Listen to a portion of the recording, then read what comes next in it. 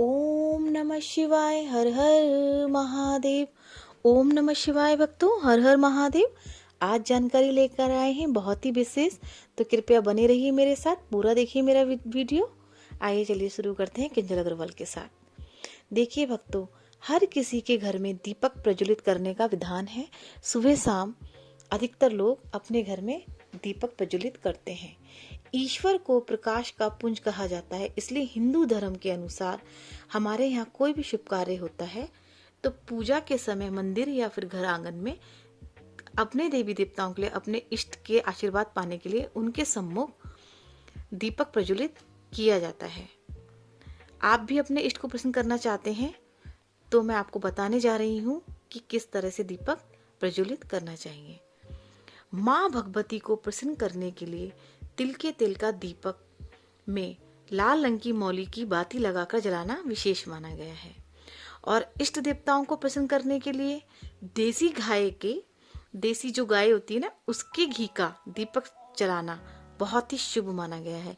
इससे हमारे इष्ट हम पर प्रसन्न होकर आशीर्वाद बनाने लगते हैं और उनके आशीर्वाद से हमारे घर की सारी नकारात्मकता दूर होकर लक्ष्मी का वास होता है। और जब किसी शत्रु का समन करना हो या आपको लगता हो कि शत्रु बहुत ज़्यादा परेशान कर रहे हैं, तो आपको उस समय पर, उस परिस्थिति में सरसों का तेल या चमेली के तेल का दीपक अपने घर में प्रज्वलित करना चाहिए। इससे हमारे सारे कार्य पूर्ण होते हैं और हमारे घर पर मान लीजिए कोई बुरी नज़र है या किसी की नकारात्मक ऊर्जा भी हमारे घर पर है तो वो दूर हो जाती है, क्योंकि चमेली का जो दीपक है अधिकतर हनुमान बाबा के लिए लगाया जाता है। और सरसों का तेल से क्या होता है कि जब हम सरसों का तेल से दीपक लगाते हैं तो इस सरसों का तेल के अंदर इतना ज़्यादा पावर होती है कि सारी नकारात्मक ऊर्जा अपने अंदर सोख करके घर का वातावरण शुद्ध करता है। इसलिए सरसों का तेल का दीपक लगाया जाता है अपने घर में। सूर्य नारायण भगवान की जो भी व्यक्ति पूजा करते हैं तो उनको अधिकतर 7 बत्तियों वाला दीपक लगाना चाहिए। इससे क्या होता है कि सूर्य नारायण भगवान उन पर कृपा बरसाते हैं और जैसे जैसे उनके अंदर तेज है वे अपने भक्तों के घर में खुशहाली लाते हैं और उनके जीवन में भी तेज का प्रवाह करते हैं। और माता भगवती जो 9 देवी होती हैं, 9 रूप वाली जो देवी होती हैं जिसे माता दुर्गा बोला जाता है, उनकी हमेशा पूजा जो करते हैं हम 9 बत्तियां लगा करके करनी चाहिए। इससे क्या होता है कि 9 बाती में उनके सारे जितने भी नवरूप समाये हुए हैं सब उनके लिए हम अर्पण करते हैं अपनी भावनाओं द्वारा। इससे माँ भगवती दुर्गा बहुत जल्दी प्रसन्न होती हैं और अपने भक्तों पर आशीर्वाद बनाती हैं और लक्ष्मी के सदैव के लिए उनकर घर में कृपा करती हैं। और मैं आपको बता रही हूँ कि हनुमान जी और शंकर जी की जब हम पूजा करते हैं तो इनकी कृपा पाने के लिए हमेशा 5 बत्तियों वाला पंचमुखी दीपक ही लगाना चाहिए। इससे क्या होता है कि ये बहुत ही जल्दी प्रसन्न होने वाले देवता हैं और हमारे घर से संकटों को दूर भगाने वाले हैं। वैसे मैं आपको एक विशेष बात बताती हूँ कि जो हमारे भोले बाबा हैं यही हनुमान बाबा का रूप है और हमारे भोले बाबा तो एक लोटा जल से ही प्रसन्न हो जाते हैं। लेकिन ये हमारे मन के भाव होते हैं। जब हम अपने ईश्वर के लिए इतना सब कुछ करते हैं तो ये हमारे मन की श्रद्धा होती है, जो हम उनको जल चढ़ाते हैं, दूध भोग अर्पण करते हैं, उनका मंदिर साफ करते हैं, सुसज्जित करते हैं उनको फूलों से, ये हमारे मन की भावनाएं होती हैं। लेकिन भगवान सिर्फ भावनाओं का ही भूखा है, प्यार का ही भूखा है।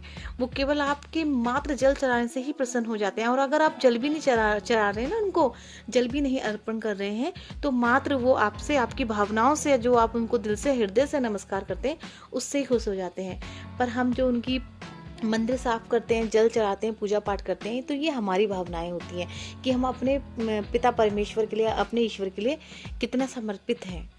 तो भगवान सिर्फ, मैं ये कहना चाहती हूँ मतलब लास्ट में, कि भगवान सिर्फ भाव का भूखा होता है। उनको आपके भोग की किसी भी चीज़ की कोई आवश्यकता नहीं है। लेकिन जिस तरह से हम अपने ईश्वर से प्यार करते हैं तो उनके लिए हम पुष्प लाते हैं, मंदिर साफ करते हैं, उनको सुसज्जित करते हैं, तो ये हमारा प्रेम है। और यही प्रेम भगवान भोलेनाथ या जो भी आपके इष्ट हैं वो देखते हैं तो सदैव के लिए आपके ऊपर कृपा बनाते हैं, आशीर्वाद देते हैं आपको और हमेशा हमेशा के लिए आपके हो जाते हैं, आपके प्यार के बंधन में बंध जाते हैं। और भी मैं कुछ आपको बताने जा रही हूँ विशेष, तो आप ध्यान से सुनिए। दीपक लगाते समय अगर आप सत अनाज रखते हैं तो ये आपको सब प्रकार से कष्टों से मुक्ति दिलाता है। यदि आप अपने दीपक के नीचे गेहूं रखते हैं तो ये आपको धन धान्य की वृद्धि करता है। और यदि आप दीपक लगाते समय, दीपक प्रज्वलित करते समय उसके नीचे चावल रखते हैं, पर याद रहिए चावल जो है खंडित ना हो। चावल अगर रखते हैं आप, सुंदर साफ अच्छे चावल रखते हैं, तो इससे क्या होता है कि माँ लक्ष्मी की कृपा आप पर बनने लगती है और आपकी यहाँ लक्ष्मी का सदैव के लिए वास होता है। यदि आप दीपक के नीचे काले तिल रखते हैं, उड़द रखते हैं, या उसके नीचे पुष्प आदि रखते हैं, तो इससे क्या होता है, जो हमारी माँ काली होती हैं, भैरवी होती हैं, ये सारे जो शनि होते हैं, 10 दिक्पाल क्षेत्रपाल हमारी रक्षा करने लगते हैं। क्योंकि ये जो काले उड़द होते हैं, ये शनि देवता के लिए, भैरवी माता के लिए और काली माता के लिए लगाए जाते हैं। तो ये क्षेत्रपाल भी माने जाते हैं। तो ये क्या करते हैं, हमारी रक्षा करते हैं। अगर आप इस प्रकार से भी दीपक प्रज्वलित करते हैं तो ये हमारी रक्षा के लिए होता है। हमारे घर में कोई भी नकारात्मक ऊर्जा इनके होते घुस नहीं सकती, प्रवेश नहीं कर सकती। यही थे दीपक लगाने के कुछ नियम। दीपक जलाते समय आप अगर पूजा कर रहे हैं, दीपक आपका लगा हुआ है, तो आप उसमें गुलाब की पंखुड़ियां भी तोड़ कर डाल सकते हैं।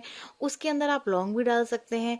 इससे क्या होता है, जिस तरह से दीपक में आप लौंग डाल रहे हैं, तो लौंग के अंदर एक बहुत अलौकिक सुगंध होती है। गुलाब की पंखुड़ियों में भी बहुत अच्छी सुगंध होती है। जिस तरह से आप दीपक के अंदर सुगंधित पुष्प डालते हैं, लौंग डालते हैं, तो वो दीपक को आप खुशबूदार बनाते हैं। इसी तरीके से वहां से सुगंधित होते हुए आपका पूरा जीवन महक उठता है और अनेक प्रकार के रोगों से आप दूर हो जाते हैं। सभी प्रकार की बाधाओं से आप दूर हो जाते हैं। और जिस तरह से आप दीपक को प्रज्वलित करते समय उसे सुगंधित करते हैं, उसको बहुत अच्छे तरीके से जलाते हैं, उसी प्रकार से भगवान उस दीपक में आकर के आपको दर्शन देते हैं, संकेतों द्वारा, फूल द्वारा। गणेश जी की आकृति भी बन जाती है कभी कभी। आकृति के बारे में मैं फिर किसी दिन आपको बताऊंगी, लेकिन विशेष यही था कि दीपक को प्रज्वलित किस प्रकार किया जाता है और इसमें जो हमारे देवी देवता हैं वो किस तरह से वास करने लगते हैं, और दीपक के नीचे अनाज किस प्रकार से लगाए जाते हैं, और कौन से दीपक के लिए किस तरह से मौली या विशेष बत्तियों का प्रयोग करना चाहिए। यदि आपको मेरी जानकारी अच्छी लगी हो तो कृपया लाइक करिएगा, मेरे चैनल को सब्सक्राइब करिएगा, नीचे कमेंट में ओम नमः शिवाय जरूर लिखिएगा। क्योंकि मेरे जो इष्ट हैं वो भोलेनाथ हैं। आपके जो भी इष्ट हैं वो इष्ट आप पर कृपा बरसाएं। भोले बाबा आपका जीवन खुशियों से भर दें, आपके परिवार में सुख संपत्ति आए। विशेष आगे और नए वीडियो अच्छे लेकर आऊंगी, विशेष जानकारी दूंगी। ओम नमः शिवाय, हर हर महादेव।